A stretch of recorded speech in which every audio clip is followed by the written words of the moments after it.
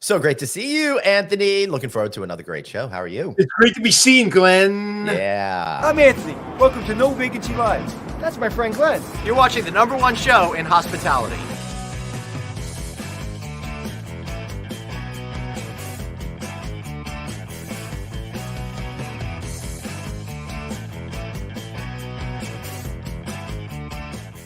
Hey, everybody, No Vacancy Live has arrived, and it's a feast for your eyes and ears. Why? Because we got Anthony Melchiori over here. I'm Glenn Hausman, and I'm so happy you all are joining us. What's going on, man?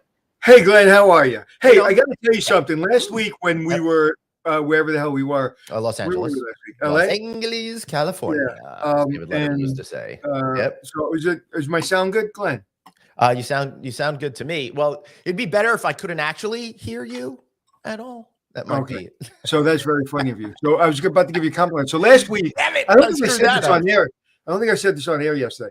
Yeah. So we were doing this. Maybe I did, and I just want to give you. I really don't know because you haven't said it yet. You're such an ass. There, I said it. No, we were judging something, and there was intermission as we waited for the results. So there was about 4 or 5 judges. Right. You did Somebody went in the back office to judge. Tabulate. Yeah, they had PricewaterhouseCoopers there. It was a whole scene. I'm sorry. Was I talking while you're interrupting? I apologize. I'm adding color commentary. That's what we have a back and forth. And so playful interactions. They were adding up the numbers in the back. And so the gentleman came to me and Glenn and said, hey, why don't you guys get up and fill air and ask questions or whatever? And everybody knows, no, thank you. Yeah. If I'm not prepared, if somebody didn't tell me beforehand, I am not jumping up and just acting like, I have ants in my pants. So he hands Glenn the microphone. Glenn right after Anthony goes, him. I said that? Yeah, I said that? It's like, Glenn, I probably did. You do it. You do it. Well, that's what you do. And you're better at it than I am. So he gets up, and you would have thought he scripted it for an hour and a half last night before he went to sleep. And you were amazing, dude. I was like watching you in absolute amazement. I appreciate that. As the realization that I was going to have to go up there came to light at 5:00 in the afternoon after 11 days on the road, I was just like, all right. This is not happening. And then I'm like, all right, it's happening. Let's do it. And that's exactly the answer you went up with. Like, so what do you think? But then you were able to, it wasn't just like fluff. Like you were able to dig in. At the end, I would say about 2 minutes at the end, you were done. I'm like, why is this guy taking so long to I could tell. When you went in the back, I knew you were done. And I'm like peeking. Are they done yet? But anyway, I just want to give you. It's very generous of you to say. Thank you so much. I want to thank. Some of us are generous to each other. Some of us are not. I want to.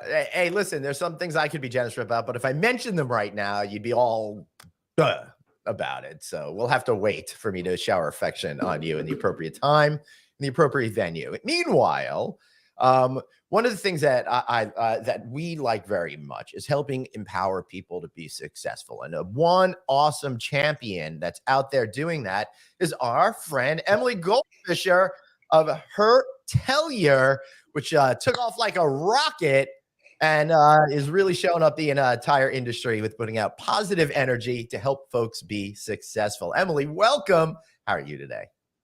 I'm very good. Thank you so much for having me. Again, live again. It's been a year. And I said, pretty much been a year to the day. Yeah, I saw Emily, and as soon as I pulled up into the green room, and I said, I don't remember if I remember you. I remember how much I loved your office more. Thank you. So how are you? It's like Glenn said, it took off like a rocket ship. So what's been going on? Yeah, give us an update with Hertelier and where you're at right now. And first, the best place to start is for those that did not happen to be watching a year ago on this date or shortly thereafter, share us a little bit about what it is first, please. Yeah, great. I mean, Hertelier is a media platform to inspire women, basically with stories of real women and their experiences in the hospitality industry. So we cover women in all different sectors: real estate, food and beverage, general managers, sommeliers. We got we've covered actually over since, well, I can't remember now from when I spoke to you, but we're almost at 400 interviews now. So that Wow. means we've actually talked to Wow. probably closer to 500 women in the business. So that's a That's lot. amazing. That's really a lot. And, learned a ton about how they like to lead, trends that are happening in with women in hospitality, and it's been great. And just Have you this year, we've had. Sorry, go ahead. I'm sorry. You were Oh gonna no, sorry, I had a question. Oh, say, did you speak with Manny over at Marriott? 22, March 31st, 22 was when the last time you were here. Go check it out in the catalog. All right, Emily, back to you. Just Yeah. So did you speak to Manny over at Marriott? She's the vice president over there, Manny Rappanecker. no, I'll have to Look put her her up. on the Look her up. list. She is amazing. She's had I won't go to her story, but her story's been very interesting the last couple of years, and she is fascinating. And you and her become best friends too on this side. Okay, well, I could always looking for best friends. if you send me a text, I'll send you her number. Okay, thank All right. you.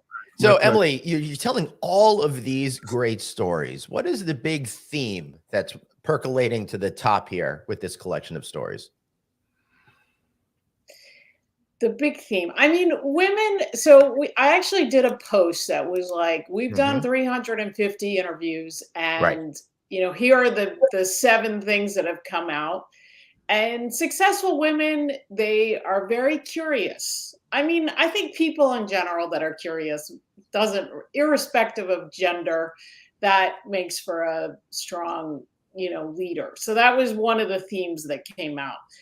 They also really value being great listeners. So, asking a lot of questions, but with intent of listening with, a lot to help with clarity and understanding, and also for people to feel heard.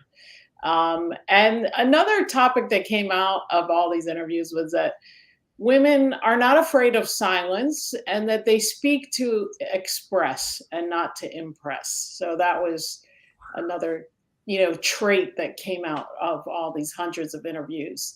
Wow. That literally, I think you saw my face. I was like, because that's so, like, it seems accurate to me and so opposite of most men. Well, I think if you're going to generalize, women are better at speaking to express, and men are better at listening and then wanting to solve a problem as opposed to just hearing what's being spoken. So that's my sexual generalization of the day. Thank you very much.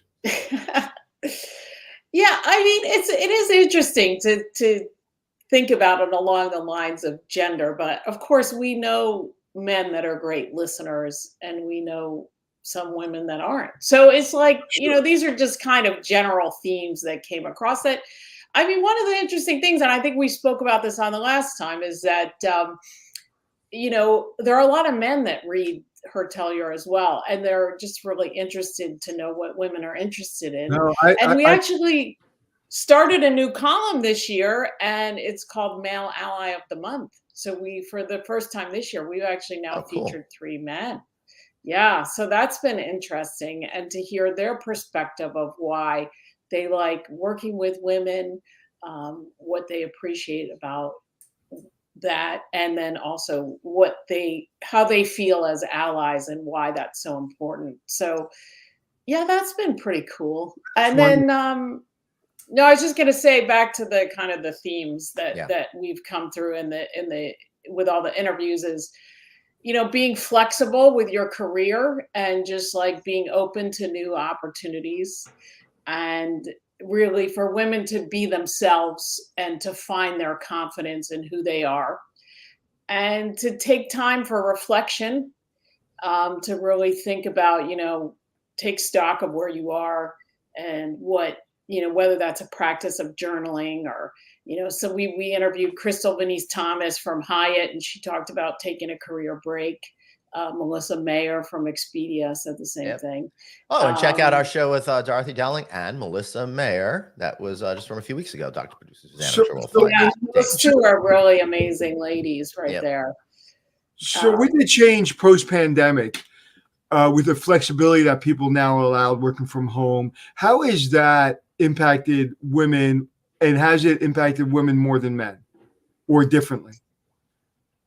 I think flexibility in general has been a big positive for women in the workplace overall. And I think what's great at the outcome of the pandemic in terms of hospitality, and Anthony, I mean, you would know this is like there were jobs that we never was going to be flexible and never would allow people to work from home, but now some of the back office jobs, they're definitely allowing that, and that is giving women the flexibility if they want to do school drop off or pick up or be around. And for men as well, I mean, you're seeing a movement for more involved, more gender equality, though there was just a study that came out that said now actually there are more and more women that are either earning the same as their husbands or out earning them, but they still do more of the housework. Right. Yeah, I came home last you night. guys saw that. Yeah, I came home last night, and my wife worked all day. She's a school teacher, and she went shopping, did whatever she had to do, and she's cooking, making the meal or whatever, and taking phone calls from her friends or whatever. And I'm barely getting through meetings. I'm just like, it really amazes me. Even my daughter, who's a teacher now, how many things that they can accomplish in an hour. Where I'm very one dimensional. I can work on a lot of projects, but I have to work on those work projects. I can't work. Glenn's good at this. He can do work projects. He can go for a jog or a walk, and then he can cook, and then he can go shopping. I'm sauteing an onion right now, as a matter of fact. I'm the guy that's like, I'm working or I'm relaxing. I can't do both. It's just interesting. What's the one thing that surprised you when you started? Why don't we go back a little bit and say why you started it, and are the reasons you started it the same reasons you're in it? Oh, good question. And is there anything that you found where you're like, I really love this part of my job, or I really don't like this part of my job? Well, the part I don't like, I can tell you, is the admin and the kind of all the little things that I didn't think about as when you start a business. And I'm sure you both feel the same way because you're creative and you're energetic and all that. I can't stand all that other stuff. Yeah. So Glenn, you and I will have a drink about that one day. But I actually and I wrote about this, I just worked with an executive coach, Kathy Hubler, who helped me with a lot of the organization and introduced me to things like Trello that have really helped me with my workflow. But she's amazing.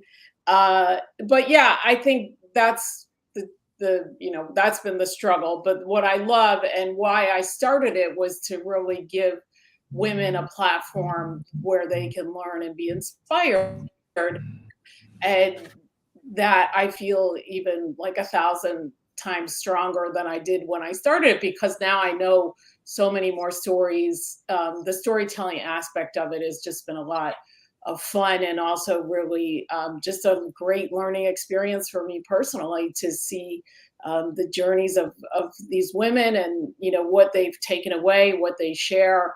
And what really inspires me is actually there is a cohort of women who are getting these top jobs now. I don't feel that the statistics really represent. I mean, if you look at the Castell statistics, and then there was another one that came out recently that 1 in 10 women are in senior leadership. But I actually think over the last 6 months, Jumeirah just hired a woman as a CEO.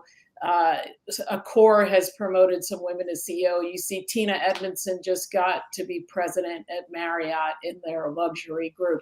So and congrats to Julie Arrowsmith over at G Smith. At G Smith. Yeah, I've been wanting to interview her as well. So you are seeing movement, and I don't think it's been encapsulated in the stats that we're seeing. And what really encourages me is that I know that those women and the women that I've talked to who are senior leaders, they are very intentional about helping the women behind them. So they are really, I think in 5 years, you're going to see a real crop of, women leaders coming up, and, we're going to be pretty close to gender equality. I I think. hope so. And I want to go back really quick, if I can, Glenn. Can I ask a question? Am I allowed? Why are you Thank you. asking me? Well, too bad. You just asked your question, and sadly, the question was if you could ask a question, so you can't ask any more Okay. questions. So, no, I didn't know if you had one, but one of my favorite words is vulnerability, and a lot of people don't show vulnerability. I'm good at showing vulnerability for you and kind of connecting and kind of maybe sharing some experience if you share, but I'm not really good at showing my vulnerability personally. What I love that you just said is like life coach, that I maybe decided that I needed a life coach. So let's talk about that. One, what was the moment or a few moments maybe that you decided I need a life coach? And do you find, I think it's brave to tell people, hey, I got a life coach. You know, somebody's helping me because I'm not perfect. Because when you, whether you look at your office, the way you show up or what you're doing in your work, everything is so on point that, you know, that's what kind of people pick up. They don't pick up that we all have things to work on and we all have vulnerability. So what was the moment you decided to work with a life coach and why? I mean, well, she's actually an executive coach, which I guess is that the same as a life coach? Is it That's the I right. same think Yeah, it's a bit more maybe. business Okay. oriented than. All right, I'll say executive Yeah. coach. Yeah. I'll say All right. But I, you know, either way, she definitely helped me with my life. And in that way, I was feeling overwhelmed with just, like I said, the admin, because it's not Right. my strong suit. I prefer to work on stories and do the creative things and talk to people like, you know, like you guys. That's my favorite bit of it. So, yeah, Kathy, she just, well, how it starts is you do a lot of exploration. So she asks you a lot of questions. And then what's great about you working with a coach is you get to pick on what you want to work on. So, Right. you know, and, you know, I've yet to meet the person that doesn't love to indulge in themselves. Like, and so the beauty of a life coach or any kind of coach is that, you know, that's what you've hired them for. They're just there to hear you. And there was really nothing too boring for Kathy. Like, I mean, we were literally talking about how to write a list. I mean, that's how Yeah. basic it got to at one point. So, you know, she brought a lot of enthusiasm and a lot of expertise in terms of my specific problems. So I think that really was Thank really you. helpful. Thank you for sharing that. It's your turn now, Glenn. Oh, my turn. Thank you very much. And by the way, I didn't want to ask questions before because Anthony had a good flow going, and you know, you gotta step back when someone's got good flow going on. So, Emily, I think it's really very inspiring that you're saying 5 years from now we're really looking at equity. I tend to not believe it simply because I've spent my whole career hearing about this, right? So I don't doubt what you're saying. I'm just having a hard time believing that we're actually at this point right now. What makes you think that things have really changed? And are we seeing this at the ranks of younger women achieving more and more over the last couple of decades, or some more? Could you give me a little more context and color about how this is all really coming to be in a real way? Yeah, I mean, I think first of all, women are getting very organized in terms of helping each other. And Right. I mean, I know you had Rachel Humphrey on the show with the Women's She's the best. Alliance. Mm-hmm. Yeah, I mean, I think that there's that piece of it. I think there's also this DEI movement, which Mm-hmm.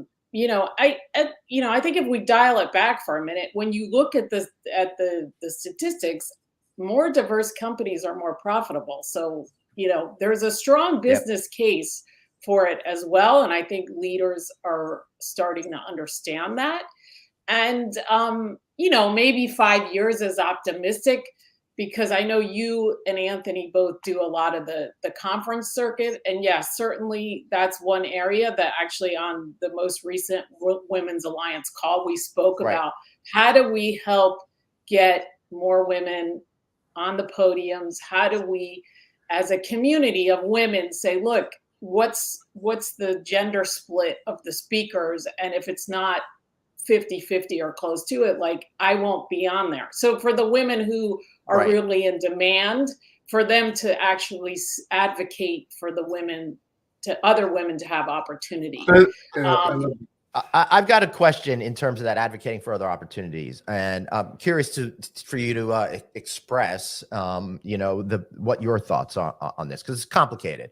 a lot of times when we do panels and when we book shows, where we want to have a gender equality, racial equality, something that's really representative of people that are out there. However, we always get the rub of you need to have the best title, and that still in a lot of ways seems to be a higher percentage purview of the older white males. So have you put any thought into how we could kind of the conference goers or us as show producers can achieve your goals while still, being able to achieve what we're looking for overall successfully? It's kind of like a weird, muddy space that I'm talking about. So yeah, I mean, I have to say, I think it's 2 or 3 weeks ago here in London, Skiff they called it the Future of Lodging yeah. Conference. And I have to Mhm. say, they did a great job in terms of having a really balanced roster of speakers.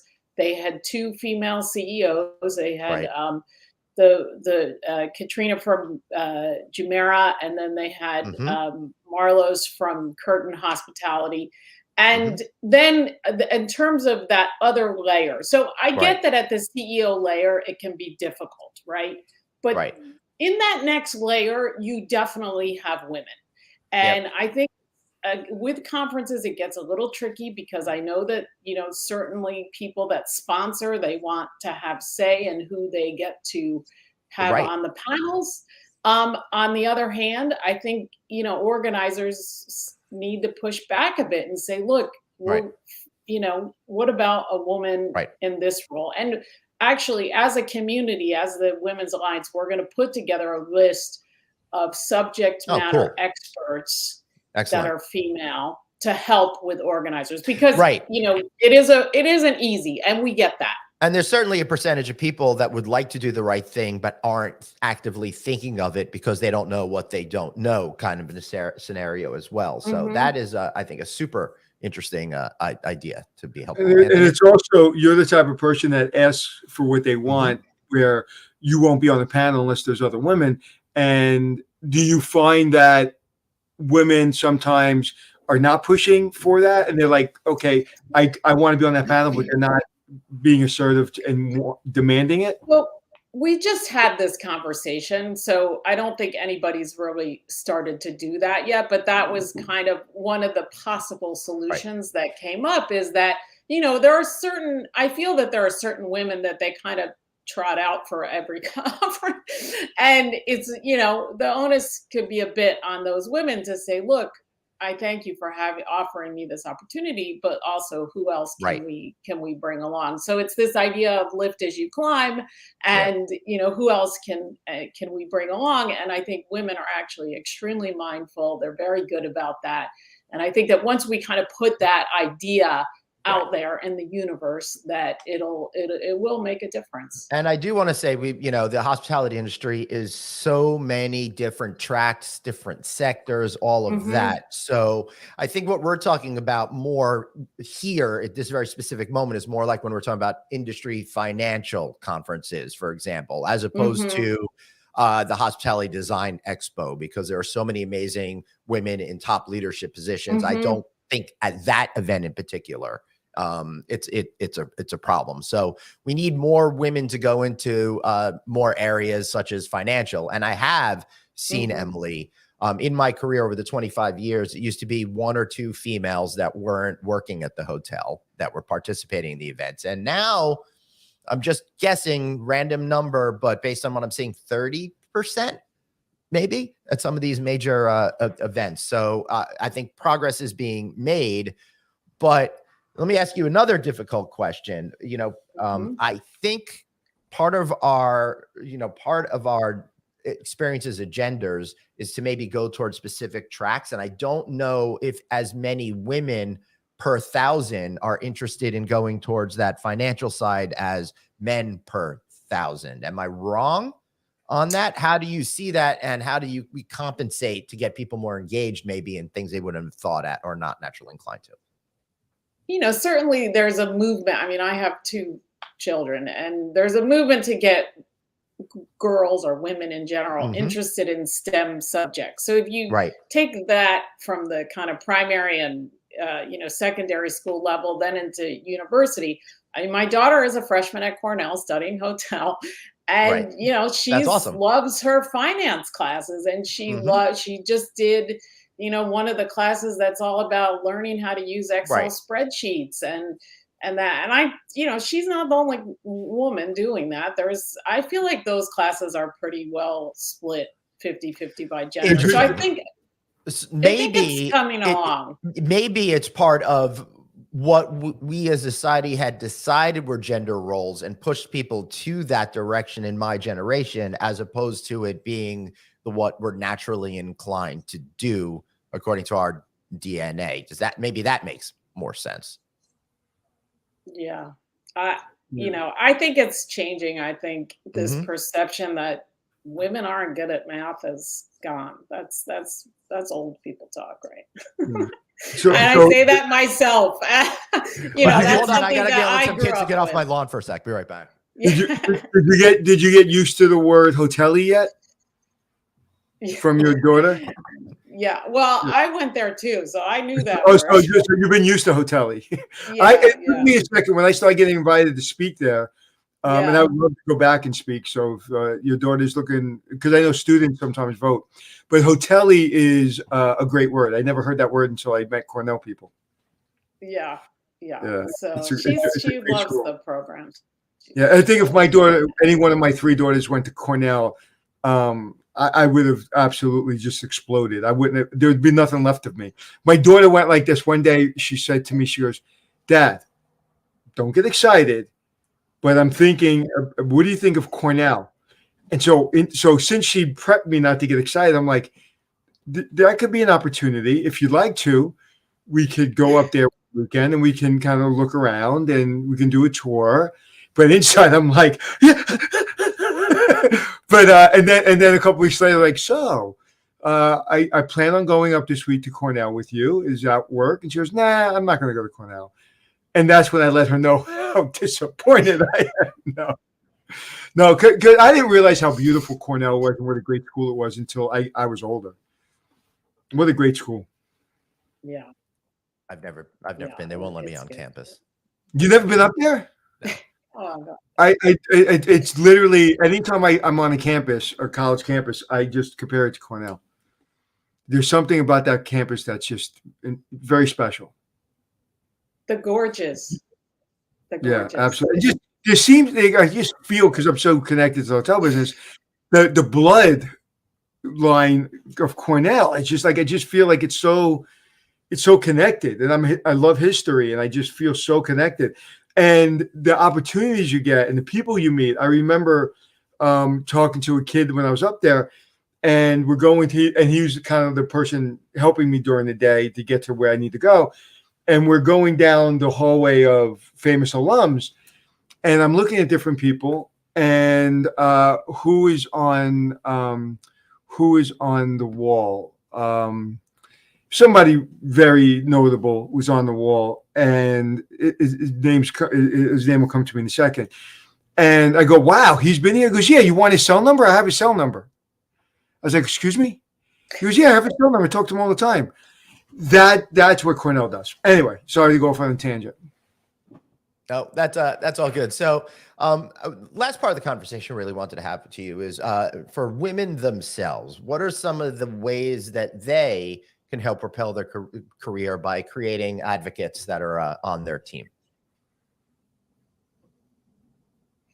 Yeah, one of the things that we talk about actually, and we've written about this a few times, is the difference between finding a mentor and finding a sponsor. I mean, certainly there are things, and this is one of the things that over the last 2 years I've learned is that, the system actually hasn't been built for women. The system of working and all that, it's been built for men who created it, and now the system is changing. So Right. I'd say that finding a sponsor, so that's someone who's going to talk about you and put you up for opportunities Right. when you're not in the room, is something that's really important. And how do you do that? That's by trying to volunteer for projects, doing extra things, and advocating for yourself. I mean, that's another thing that statistics show that women aren't as good as men at, that they don't talk specifically about their accomplishments in, when they're in meetings or places where they're visible with top management. So I would say those are, two things, and then in terms of just keeping up with news and stuff like that is always important. And then, trying to find communities. I mean, we write about the different organizations that serve women. Certainly our community on LinkedIn, you'll see a lot of women commenting on our posts and things like that. And, LinkedIn, I think, is a great way to kind of observe people and to connect. And work it that way. And people within your own organization, a lot of the companies that we're working with now as sponsors, like IHG has a great program called Rise for Women. Hyatt has their program. It's called Women at Hyatt. I did an event with them. I mean, a lot of the companies now are really trying to provide support, mentorship, and the leadership skills, things like coaching, actually, as part of their way to, help elevate women. So again, when you ask me, like, why am I optimistic? I do see companies that are really thinking through this. Lowe's Hotels is also, doing a lot to raise the profile of women, and also, giving women the skills that they need and the opportunity to demonstrate those skills. In all the interviews you've done, without saying a favorite, but just one that influenced you or really impressed you, was there one interview that stands out? That's like asking. And by the way, Emily, I hate when people ask me that question. People ask me people ask me what's my favorite show, and I can't. Yeah, you can't. But it's not so much who's your favorite person. It's like, is there something that stopped you in your tracks? Like a couple of weeks ago, we had this young lady on, and I was like, why is a 22-year-old marketing person on our show? Like, what experience does she have? That's what I was thinking. I would never say that out loud. She blew me away. I was like, that's the best guest we've ever had. I mean, she was 20-something years old, and she was the smartest marketing person I've ever I think that was like 8 months ago. Whatever it was. Felt like a second ago. But so that one's crazy. Yeah. I can't really remember her name or who she worked, but she impressed Emily Daly. me. Really? Yeah. Yeah, she's great, Emily Daly. I've interviewed her on different topics. I think that's who I was talking about. Maybe somebody else. It is. There's not one moment that stands out in all the interviews you've done? Other than the ones that you'll do with us in the future. I mean, what's that? I said other than the ones you'll do with Anthony and me in the future. Yeah. I mean, exactly. No, and I mean, I think that's why I'm compelled to do that post of kind of like, we've done 350 interviews and kind of here are the 7 traits that stand out. Right. And I guess instead of saying, to answer that question, it would be that what stood out to me is that there are these kind of traits that you see across all the leaders that are very impressive. Yeah. That's not the answer you wanted, but no, it's not. I didn't want a right answer. I wanted how you felt, and that's a fair answer. I wasn't trying to put you on the spot, but we've interviewed, I don't know how many times we've done the show, 700 times, and I'm always surprised that I learned something, or sometimes we have guests that I just can't wait to get off, but typically 99% of the guests, like, I learned something. So I was just wondering, something stood out. Like I learned something from Glenn every day. Yeah. Like this is episode 753. See, I just learned that too. Susie, I just typed it in at the same time. Well done, you guys. There's a sensibility. 753. Yeah.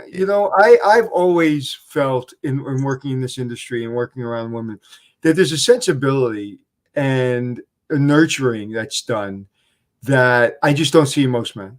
And it really brings the team further from my perspective when you're, like you said, you listen with intent, not intent to overpower or to speak, but intent to get to a foundation of understanding.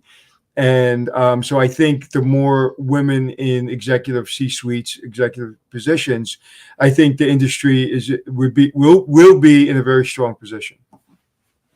Yeah. I mean, there is something that, or one conversation that does still stick in my mind, and I actually I haven't written it up yet, but Yeah. Anne Golden, who is kind of a regional VP for Pan Pacific Hotels based here in London, she talked a lot about this idea of servant leadership. And she said, my role is to make sure all the people that work with me have what they need to be successful at their jobs. And that's a topic that I really hope to explore more this year. But, I think Simon Sinek is the author who, he's written a lot about this idea of servant leadership. Have you come across that with your other guests? Yeah, Jerry Anzarello talks about it a lot. Matter of fact, Master Sergeants too, the ones that we spoke to, have that same. Yeah, philosophy. yeah, you can't. I just actually did like a predictive index kind of thing, and the evaluation was basically that. And I think I've learned that from people like Jerry Anzarello, people from Chief Master Sergeants, the colonels, the generals, that we only exist to provide for the people around us. That's the only reason we exist. And so, yeah, Jerry Anzarello very much believes in that.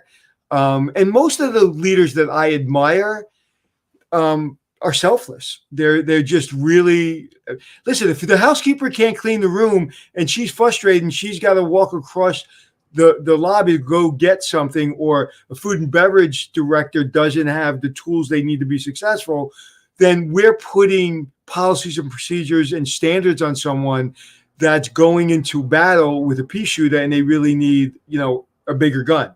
And that to me has always stood out. And maybe I learned that in the military, that my job was to just ensure the forces had what they need to do their job. So yeah, we've talked about a lot about that on our show. Yeah, I think that's a really great, concept. And I really don't think there's any other way. Like it's servant leadership. I don't know if there's another way that works consistently. I mean, there's a time when you build a business that you got to push from top down. You just got to. There's got to be high standards. There's got to be, what the vision is. No one else sees your vision. So there's a very short period of time where it's for a reason. And then, but when you're developing something, you need input, you need creativity. So outside of the very foundation of it, if you're not, sprinkling that, and even in your business, I mean, I'm sure you can talk about a lot of people that have made your business more successful. Like you just said, your executive coach helped you make it more successful. So yeah, I'm a big believer in servant leadership. I don't think there's any other. Yeah. Emily, any thoughts on that? I agree. I mean, I think, I think Anne is an amazing leader, and, she continues to be super successful. I mean, she opened the Pan Pacific here in London. There had never been one. Here was the first one, and, it's just gone really well. It's a beautiful hotel. The service is amazing. She gets great reviews. I think she just got Forbes 5 stars. So she's killing it. Yeah. And if you're thinking in terms of servant leadership, that's the only way. Say we didn't do that for a long time. Say people don't even understand what that is. If you don't do that today, people will not stay. If you're not there to meet their needs and give them what they need to be successful, there is no longer this, I'm afraid of my boss. I don't know where I'm going to get another job. I don't know how to go about finding out who Glenn Houseman is so I can talk to him. There's too much transparency. There's too much opportunity. There's too much flexibility for you to be inflexible and not have that mindset of just trying to help your employees. And now you'll be held accountable for it. Whereas before, when we were growing up in this industry, I was petrified. I just want to keep my job. Yeah. And also, this idea that people maybe used to manage with fear, like that was a tactic. Oh, yeah. Well, that's my point. There's still people trying to use that. And, and it works for a long time. And it doesn't work anymore because there's too many opportunities. There's too many buttons I can push to go get another job. And, and plus, I think they just grew up that it was okay to question authority. I always grew up with, if I want your opinion, I'll give it to you. Yeah, for sure. Interestingly enough, I've only had a couple of male bosses in my life, and they both had that kind of attitude. And all the female bosses I had were much more about helping me be successful, as opposed to scaring me into hoping to figure it out. You know? Yeah. So Yeah. I always liked having women bosses. Fear only works for so long. Yeah, for sure. Emily, how do we find out more about Hertelier and drive some eyeballs your way? Yeah, www.hertelier.com. We do a newsletter on a Sunday. People love it. I wrap up kind of the big business and hotel stories of the week with a feminist slant. And then also that's where people find all the stories we've run on Hertelier for the week, that you can just sign up on the website. It prompts you to do it. And on LinkedIn, we also put everything up on LinkedIn, sometimes even before it's out anywhere else. So find us on LinkedIn. We've got almost 5,000 followers in our community there. So that's really exciting. And yeah, that's the best way to find Hertelier. And we are starting to do live events. That was your suggestion to me last time, Anthony and Glenn. That was, you were like, you need to do an event. Thank you for that idea. We're having our first one May 12th in London at the Four Seasons 10 Trinity Square. Awesome. So excited for you. It's going to be about networking. We have an expert from London Business School. Actually, she's at University College London now. She's got a PhD, and all she's done is she spent her entire career studying women in the workplace. So she actually has science-backed ways to to network better. So it's a networking thing on networking, so very meta. And I wish you guys could be there, but it's for women. Oh, what are you gonna do? We'll support you any way we can to make sure that. Thank you for doing that, and I don't know if we deserve any credit, but thank you for mentioning that. It's a pleasure. It really is a pleasure. As a father of 3 daughters, I'm the biggest advocate of women in the workplace and how we can support them in any way, shape, or form. And, little by little, I'm seeing through different notes that my daughters get from the people around them that they work with, or they coach, or they guide, that, they're strong women, and it's a blessing. So thank you. Thank you for having me. Thank you for having me on the show. I'm so grateful. It's a pleasure. Yeah, for sure. We'll see you next year. Thanks, Emily. be well. Speaking of newsletters, text the word hotel to 66866. Get no vacancies Sunday night newsletter. Yeah. It may remind me Sunday. Text hotel to 66866. And if you're going to be in the Los Angeles area, come see Craig Sullivan and myself do a live Friday night audit this April 21st, 2 p.m. Pacific Coast time, live from the rooftop of the W Hollywood. Come and have some. Why are you going to California next week? I'm going to do that show. And while I'm there, I'm going to go see 3 fish shows at the Hollywood Bowl. What day are you going out there? In the beginning of the week, right? What? Tomorrow. I'm going tomorrow. That's why I'm doing a show from the roof of the Hollywood Bowl. Oh, no, I'm sorry. For some reason, I thought it was Friday, and then you're going next Friday. I'm sorry. All right. No. So you're going tomorrow, and then you're coming back Monday? Well, I'm not coming to New York on Monday. I'm going to fabulous Las Vegas, Nevada, where I'll be attending a Choice Hotels International Conference. If you're going to be over there, come say hi. Hey, well, I'm going to Phoenix and Tucson. Then I'm driving to Phoenix, and maybe I'll drive over to Vegas. Cool. Well, hope to see you there, and enjoy your event next week that I know you're going to be at. Two of them. Fabulous. All right, everybody, make sure that you find our podcast on Apple Podcasts, Stitcher, iHeartRadio, SoundCloud, wherever you get your shows. We are there. Happy to do that. Please, please, please. And if you're listening to us right now, why not watch us? Follow us on LinkedIn, Facebook, all of those kind of places. YouTube, novacancynews.com. He's at Anthony Hotels. I am at Traveling Glenn. Any final words before we go? No, sir. All right. Hey, everybody. Remember, you got one life, so blaze on and be kind to yourself. Come blaze on with us Friday night and all weekend at the Hollywood Bowl. See you later. Oh.